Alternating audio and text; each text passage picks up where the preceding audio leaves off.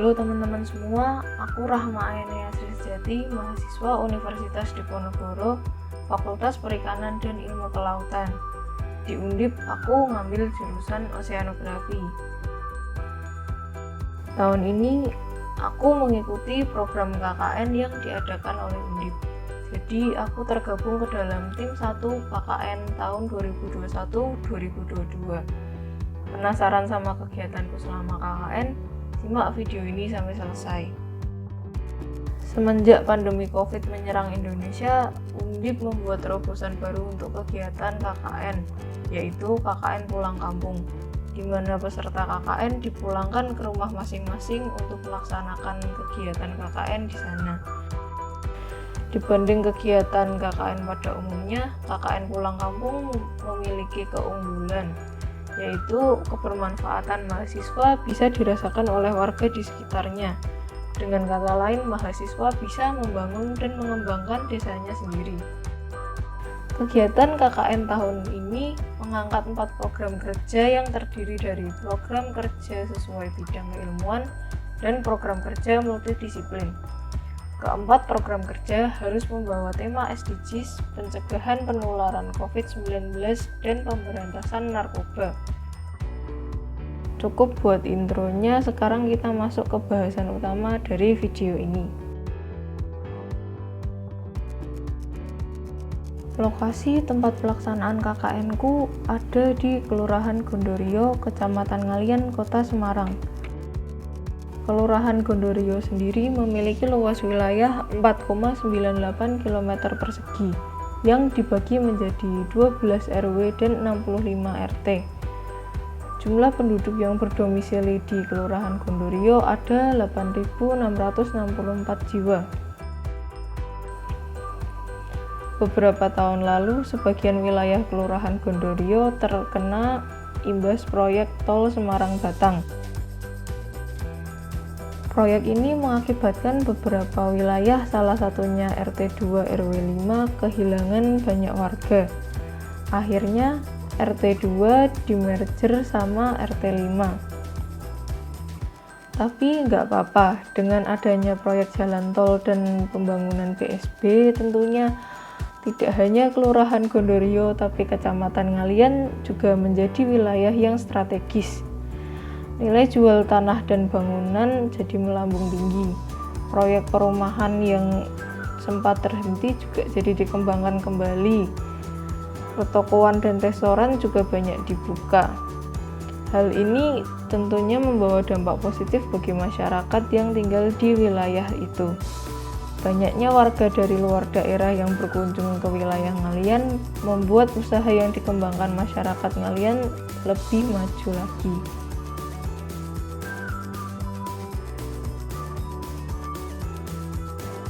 Pandemi COVID yang naik turun selama hampir 2 tahun ini mempengaruhi berbagai aspek kehidupan sehari-hari. Mulai dari susah buat pergi keluar, sekolah jadi online, sampai menurunnya tingkat kesehatan masyarakat dan perekonomian masyarakat yang terguncang.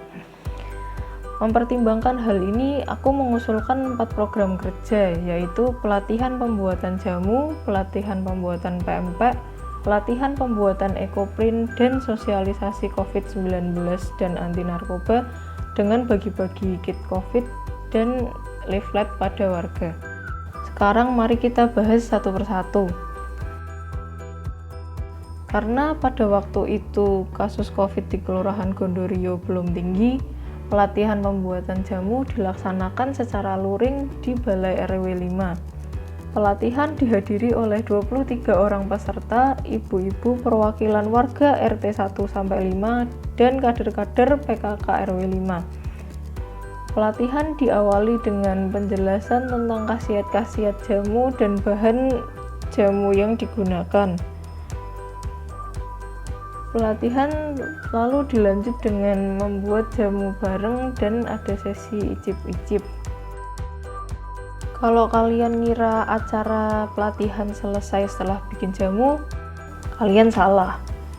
Acara pelatihan dilanjutkan dengan demo pembuatan pempek. Mungkin kalian bertanya-tanya, kenapa pempek? Jadi, Empek-empek adalah makanan khas daerah Palembang yang menggunakan ikan dan tepung tapioka sebagai bahan dasarnya.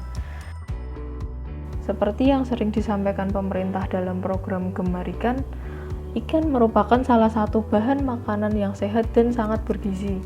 Ikan mengandung protein, asam amino esensial, lemak tak jenuh, omega 3 dan 6, serta berbagai zat lainnya yang baik untuk pertumbuhan dan perkembangan.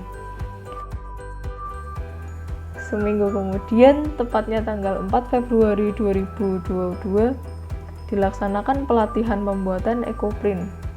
Buat kalian yang belum pernah dengar kata-kata ekoprint, jadi ekoprint itu adalah salah satu teknik pengolahan kain yang memanfaatkan bahan alam.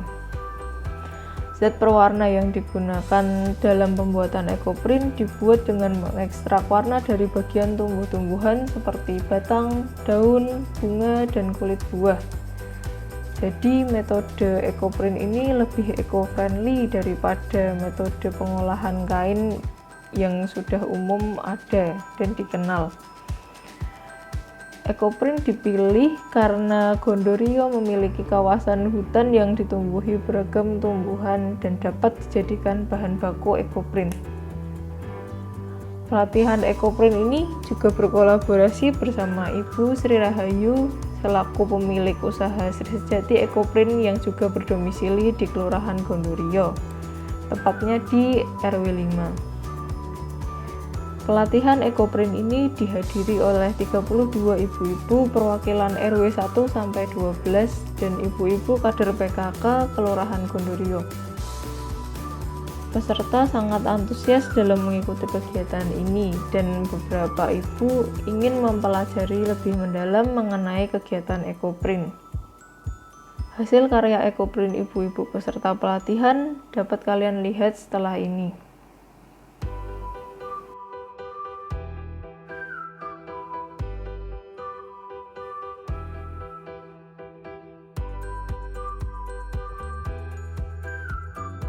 Program keempat yang aku lakukan adalah sosialisasi COVID dan narkoba dengan membagi leaflet dan kit COVID kepada warga.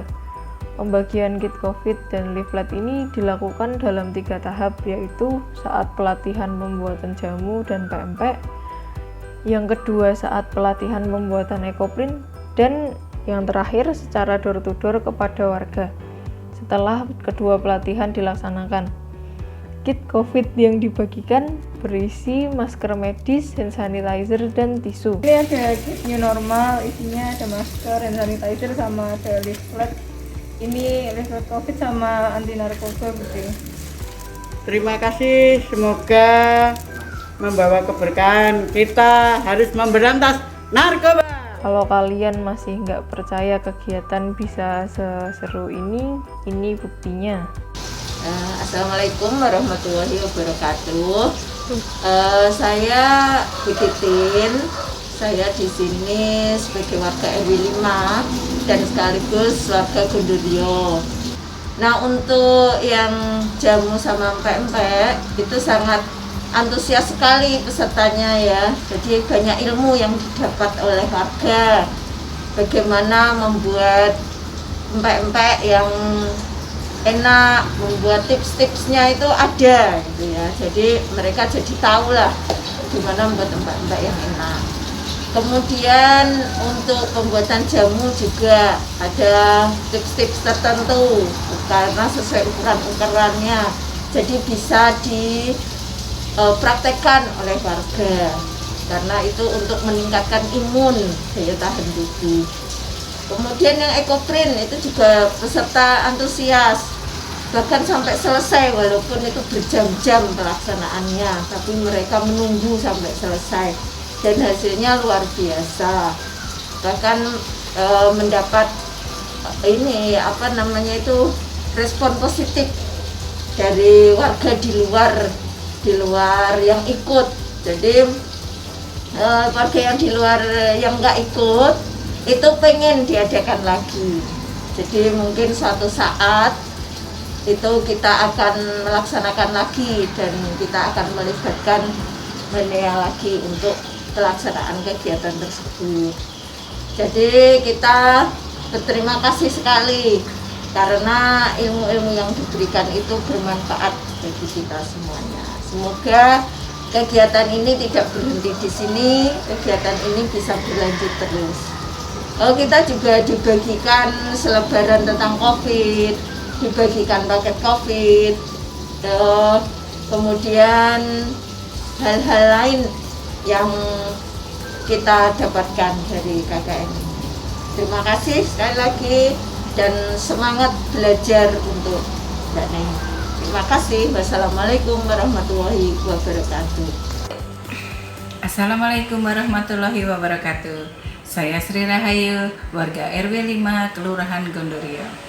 Saya adalah pemilik Sri Sejati Ekoprint.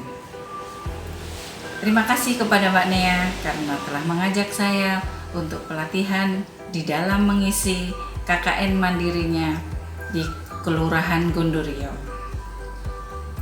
Dengan pelatihan Ekoprint yang diadakan itu, warga menjadi lebih mengenal saya dan lebih mengenal dan melihat produk-produk yang saya hasilkan, yaitu kain Ekoprint.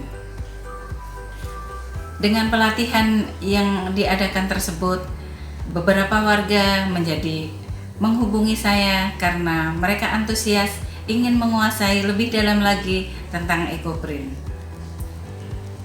Sekali lagi saya ucapkan kepada Mbak Nia, terima kasih apa yang telah dilakukan dan apa yang telah diupayakan untuk membantu mengenalkan saya dan produk-produk saya Sri Sejati Ekoprint di masyarakat dan di sekeliling wilayah kami, sehingga produk saya disukai dan dicintai dan mereka